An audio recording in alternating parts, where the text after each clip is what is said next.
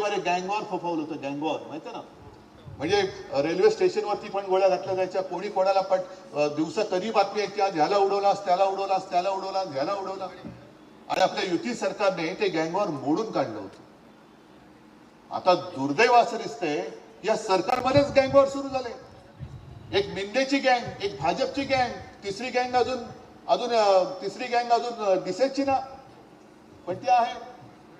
कारण ती 70,000 कोटीच्या त्या सिंचन घोटाळ्यात बुडलेली आहे म्हणून तिला डोकं नाही वर काढताय, वर येत नाही, ती पाणबुडी सारखी खाली गेलेली आहे. पण हे गँगवॉर जर सरकारमध्ये होणार असेल तर मला मोदीजींना परत सांगायचे की मोदीजी, तुमच्या त्या सत्तेच्या हव्यासापायी तुम्ही भाजप इकडे संपवून टाकलात. विरोधी पक्षाला संपवायला निघाले कारण नसताना, पण जे बाजार बुणगे, बेडकं आणि भेकड भाकड माणसं तुम्ही तुमच्या पक्षात घेतली, अगदी इथला सुद्धा जो गद्दार तुम्ही घेतला, भेकड माणूस, हिंमत नाही.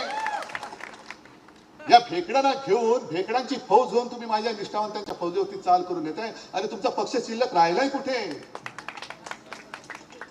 जर तुमचा उपमुख्यमंत्री आहे, देवेंद्रने मला सांगायचे की तुम्ही पाव उपमुख्यमंत्री झालात, पुन्हा येईन घोषणा करताना मोठे होतात. म्हणजे आता तुम्ही त्याला काय म्हणता?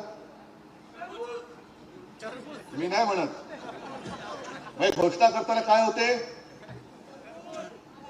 आणि आता झाले चिराट. म्हणजे एवढं ते काय टरबूज, त्याचं झालं चिराट.